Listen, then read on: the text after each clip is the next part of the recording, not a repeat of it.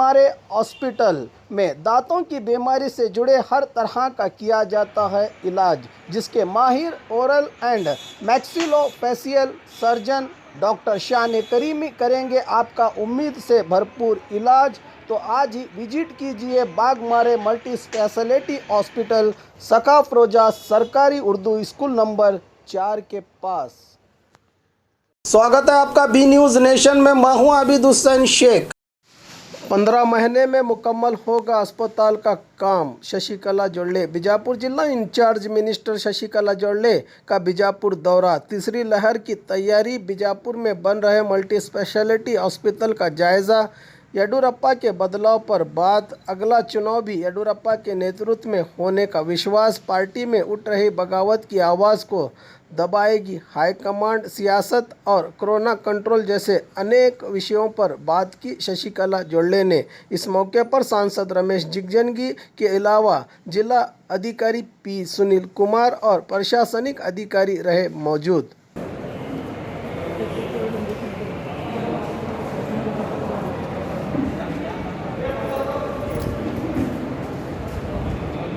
ಬದಲಾವಣೆ ಆಗೋದಿಲ್ಲ ರೀ, ಇದೆಲ್ಲನೂ ಕೂಡ ಒಂದು ಊಹಾಪೋಹ. ನಮ್ಮ CM ಸಾಹೇಬರು ಚಾರ್ಜ್ ತಗೊಂಡಾಗಿಂದ ಬರಗಾಲ ಬಂತು, ಫ್ಲಡ್ ಬಂತು, 2 ಬಾರಿ ಕೋವಿಡ್ ಪರಿಸ್ಥಿತಿ ಬಂತು. ಅದನ್ನೆಲ್ಲನೂ ಅತ್ಯಂತ ಕ್ರಿಯಾಶೀಲತೆಯಿಂದ ಅವರು ನಿಭಾಯಿಸಿದ್ದಾರೆ. ಒಳ್ಳೆ ಒಂದು ಆಡಳಿತವನ್ನು ಕೊಟ್ಟಿದ್ದಾರೆ. ಮುಂದೆ ಬರ್ತಕ್ಕಂಥ ಚುನಾವಣೆ ಅವ್ರ ನೇತೃತ್ವದಲ್ಲೇ ನಾವು ಹೋಗ್ತಾ ಇದ್ದೀವಿ. ಅದೆಲ್ಲನೂ ಕೂಡ ಏನೋ ಗಾಳಿ ಮಾತು ಇರ್ತದೆ, ಅದಕ್ಕೆ ಅದು ಕಿವಿಗೊಡುವಂಥದ್ದಿಲ್ಲ.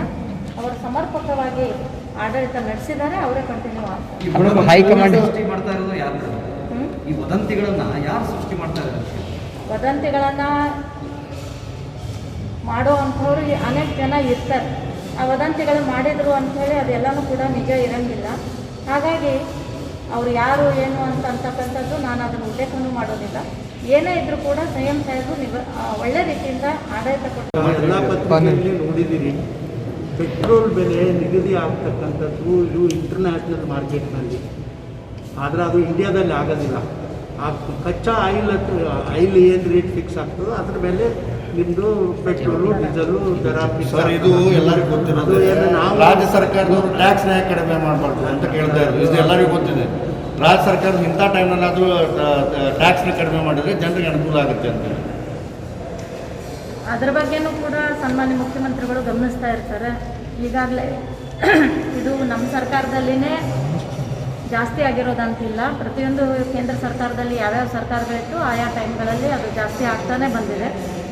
ಇದು ಒಂದು ಕೋವಿಡ್ ಸಂದರ್ಭ ಇರೋದ್ರಿಂದ ತಾವುಗಳು ಇದನ್ನು ಹೇಳ್ತಾ ಇದ್ದೀರಾ. ಅದ್ರ ಬಗ್ಗೆ ಚರ್ಚೆ ನಡೀತಾ ಇದೆ. ನೋಡೋಣ ಅದಕ್ಕೆ ಏನಾಗುತ್ತೆ ಅಂಥೇಳಿ. ನಾವು ಕೂಡ ಅವ್ರ ಜೊತೆಗಿರ್ತೀವಿ. ಯಾವ ರೀತಿ ಇದಕ್ಕೆ ಸಮರ್ಪಕವಾಗಿ ತೂಗಿಸ್ಕೊಂಡು ಹೋಗಬೇಕು ಅನ್ನೋದನ್ನು ಕೂಡ ಯೋಚನೆ ಮಾಡಿಬಿಟ್ಟು ಅದನ್ನು ಹೇಳುವಂಥದ್ದಾಗ್ತದೆ. ಇದು ನನ್ನ ಮಟ್ಟದಲ್ಲಿ ಅನ್ನೋದಕ್ಕಿಂತ ಸನ್ಮಾನ್ಯ ಮುಖ್ಯಮಂತ್ರಿಗಳು ಕೂಡ ಅದರ ಬಗ್ಗೆ ಕಾಳಜಿ ವಹಿಸಿರ್ತಾರೆ. ಆ ರೀತಿಯಾಗಿ ಮುಂದೆ ಬರ್ತಕ್ಕಂಥ ದಿನಮಾನಗಳಲ್ಲಿ ನೋಡೋಣ ಅದು ಏನಾಗುತ್ತೆ.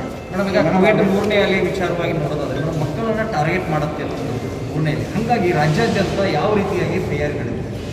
ನಾನು ಇವತ್ತು ಅದೇ ಮೀಟಿಂಗ್ ಇಟ್ಕೊಂಡು ಬಂದಿದ್ದೇನೆ. ಈಗ 10 ಗಂಟೆಗೆ ಅದು ಸಭೆ ಮೀಟಿಂಗ್ ಆಗುತ್ತೆ. ಇವತ್ತು ನಾನು ವಿಜಯಪುರ ಜಿಲ್ಲೆಯಿಂದ ರಾಜ್ಯ ಪ್ರವಾಸವನ್ನು ಹಮ್ಮಿಕೊಂಡಿದ್ದೇನೆ. ಬಿಜಾಪುರ, ಮಧ್ಯಾಹ್ನ ಬಾಗಲಕೋಟೆ, ನಾಳೆ ಗದಗ, ಕೊಪ್ಪಳ, ಆಮೇಲೆ ರಾಯಚೂರು, ಹೊಸಪೇಟೆ ಮತ್ತು ಬಳ್ಳಾರಿ. ಈ ರೀತಿಯಾಗಿ 3 ದಿನ ಕಂಟಿನ್ಯೂಸ್ ಆಗಿ ಪ್ರತಿಯೊಂದು ಜಿಲ್ಲೆಗೆ ಭೇಟಿ ಕೊಟ್ಟು 3ನೇ ಅಲೆ ಮಕ್ಕಳಿಗೋಸ್ಕರ ಬರ್ತದೆ ಅಂತ ಏನು ತಜ್ಞರು ಹೇಳಿದ್ದಾರೆ, ಅದು 100% ಬರ್ತದೆ ಅಂತ ಇಲ್ಲ. ಬಂದರೂ ಕೂಡ ನಾವು ಅಲರ್ಟ್ ಆಗಿರಬೇಕು. ನಾವು ನಮ್ಮ ತಯಾರಿಗಳನ್ನು ಮಾಡ್ಕೋಬೇಕು. ಅದಕ್ಕೆ ನಾನು ಆರೋಗ್ಯ ಸಚಿವರ ಹತ್ರ ಸಂಪೂರ್ಣವಾಗಿ ಇದ್ರ ಬಗ್ಗೆ ಡಿಸ್ಕಷನ್ ಮಾಡಿದ್ದೀನಿ. ಸನ್ಮಾನ್ಯ ಮುಖ್ಯಮಂತ್ರಿಜಿಯವರ ಹತ್ರ ಮಾಡಿದ್ದೀನಿ. ಈಗ ಇನ್ನೂ ಒಂದು ಏನು ಫ್ಲೋರು ಹಾಫ್ ಆಗಿತ್ತು, ಅದನ್ನು ಈಗಾಗಲೇ ಕಾಲಮ್ಗಳನ್ನು ಹಾಕಿ ಭಾಳಷ್ಟು ಒಳ್ಳೆ ರೀತಿಯಿಂದ ಕಾರ್ಯ ನಾನು ನೋಡಿ ಬಂದಿವಿ. ಅದನ್ನು ಕೂಡ ಪಾರ್ಟ್ ಟೈಮ್ ಮಾಡ್ತಾ ಇದ್ದಾರೆ.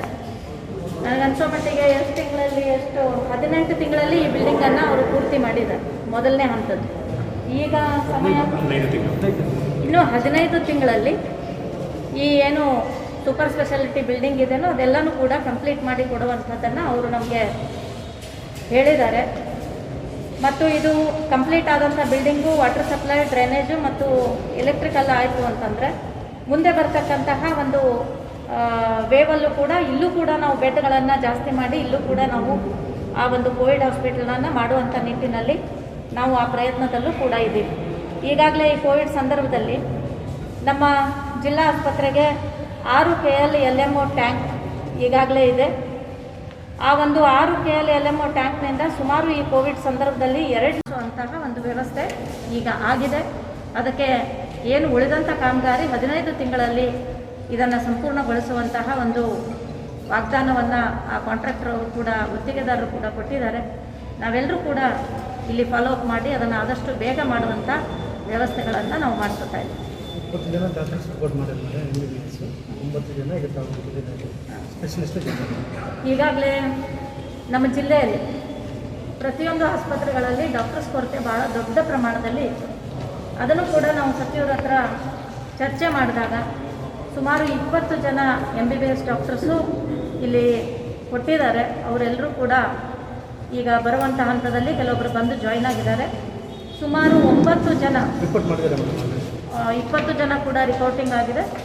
ಸುಮಾರು 9 ಜನ ಸ್ಪೆಷಲಿಸ್ಟ್ಗಳು, ಯಾಕಂದರೆ ಸ್ಪೆಷಲಿಸ್ಟ್ಗಳು ಇರುವಂಥದ್ದು ಬಹಳ ಮುಖ್ಯವಾದಂಥದ್ದು. ಅವರು ಕೂಡ ಈಗ 5 ಜನ ಬಹುಶಃ 9 ಜನ ಕೂಡ ಈಗ ಜಾಯ್ನ್ ಆಗಿದ್ದಾರೆ.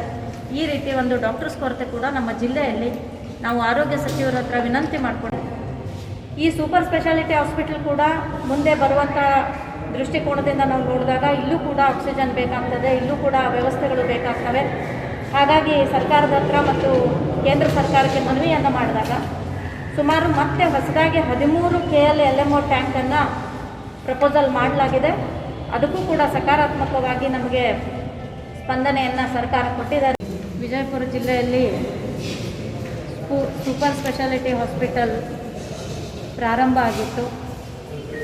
ಅದು ಸ್ವಲ್ಪ ಏನೋ ಟೆಕ್ನಿಕಲ್ ಪ್ರಾಬ್ಲಮ್ನಿಂದ ನೆನೆಗುದಿ ಬಿದ್ದು ಈ 2ನೇ ಅಲೆಯಲ್ಲಿ ಮತ್ತು ತಜ್ಞರು ಹೇಳಿದ ರೀತಿಯಲ್ಲಿ 3ನೇ ಅಲೆ ಬಂದಾಗ ಯಾವ ರೀತಿ ತಯಾರಿಗಳಾಗಬೇಕು ಅನ್ನೋದನ್ನು ದೃಷ್ಟಿಕೋನವನ್ನು ಇಟ್ಕೊಂಡು ಈ ಸೂಪರ್ ಸ್ಪೆಷಾಲಿಟಿ ಹಾಸ್ಪಿಟಲ್ಲು ಏನು ಕೆಲಸ ನಿಂತು ಹೋಗಿತ್ತು ಅದನ್ನು ಪ್ರಾರಂಭ ಮಾಡುವಂತಹ ಒಂದು ಪ್ರಯತ್ನ ಮಾಡಲಾಗಿತ್ತು. ಅದಕ್ಕೆ ನಮ್ಮ ಆರೋಗ್ಯ ಸಚಿವರು ಸನ್ಮಾನ್ಯ ಮುಖ್ಯಮಂತ್ರಿಗಳು ಸ್ಪಂದನೆಯನ್ನು ಕೊಟ್ಟು ಆ ನೆನೆಗುದಿಗೆ ಬಿದ್ದಿರ್ತಕ್ಕಂಥ ಒಂದು ಕೆಲಸ ಈಗಾಗಲೇ 4 ದಿನಗಳಿಂದ ಪ್ರಾರಂಭ ಆಗಿದೆ.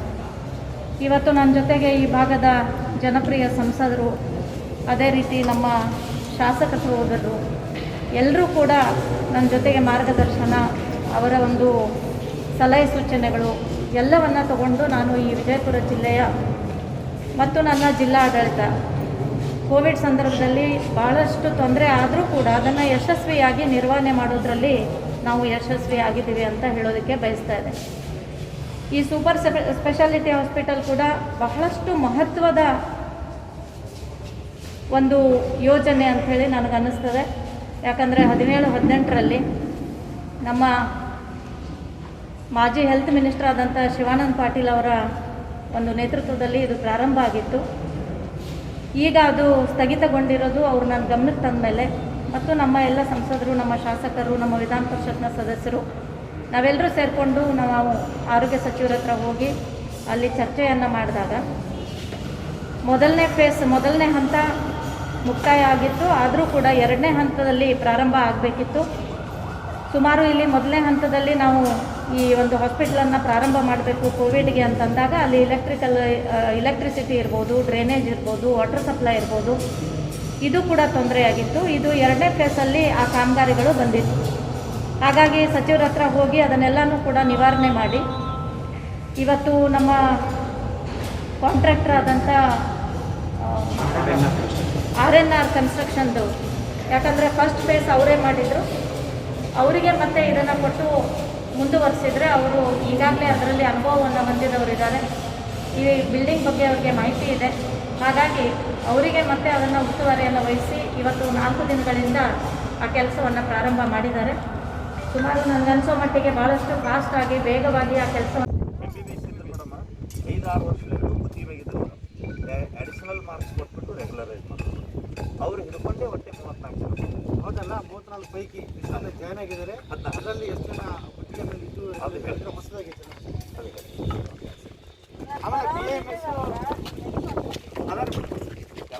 और ख़बरों के लिए देखते रहिए बी न्यूज़ नेशन।